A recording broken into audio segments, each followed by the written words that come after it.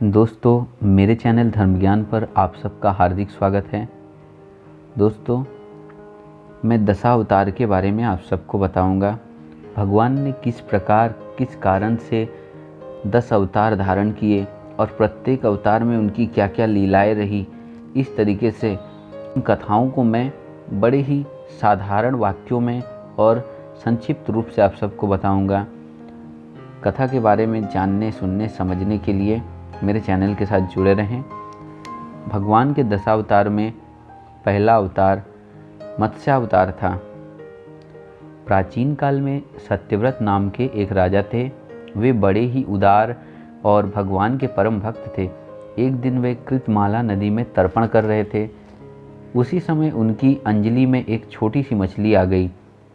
उसने अपनी रक्षा की पुकार की। उस मछली की बात सुनकर राजा उसे कमंडलू में अपने आश्रम ले आए।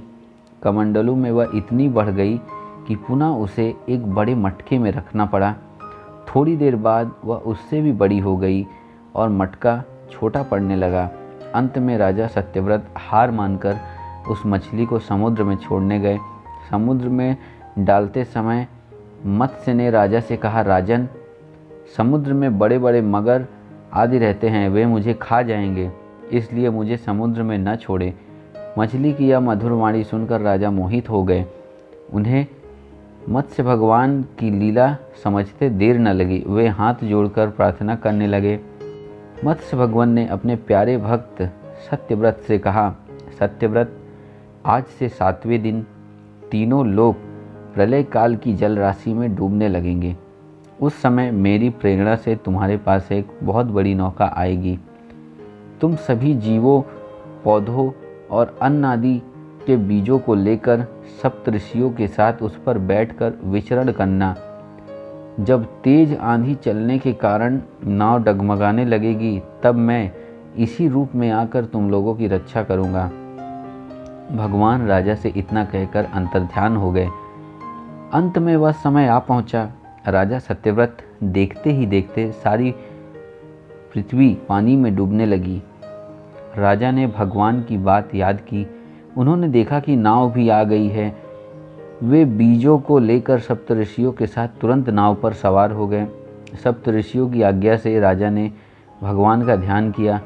उसी समय उस महान समुद्र में मत्स्य के रूप में भगवान प्रकट हुए।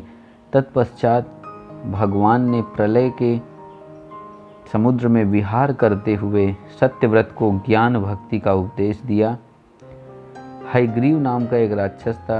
वह ब्रह्मा के मुख से निकलते हुए वेदों को चुराकर पाताल में छिपा हुआ था। भगवान मत्स्य ने हयग्रीव को मारकर वेदों का भी उद्धार किया। समस्त जगत के परम कारण मत्स्य भगवान को हम सब नमस्कार करते हैं। तो दोस्तों, यह भगवान की लीला थी। इस प्रकार से भगवान ने राजा सत्यव्रत का उद्धार किया। तो इस कथा के माध्यम से इतना तो हम लोग समझ ही गए कि इस अवतार के 2 मुख्य कारण सामने आते हैं।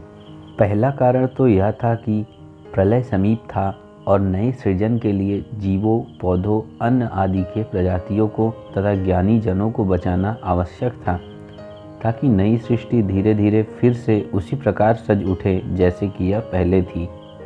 भगवान के मत्स्यावतार का दूसरा प्रमुख कारण यह था कि उन्हें वेदों का उद्धार करना था और अपनी इस परम लीला के माध्यम से अपने भक्तों का कल्याण भी करना था।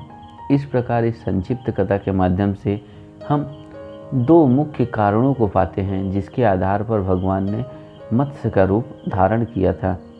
बोलो प्रजापालक भगवान की जय। भगवान नारायण की जय।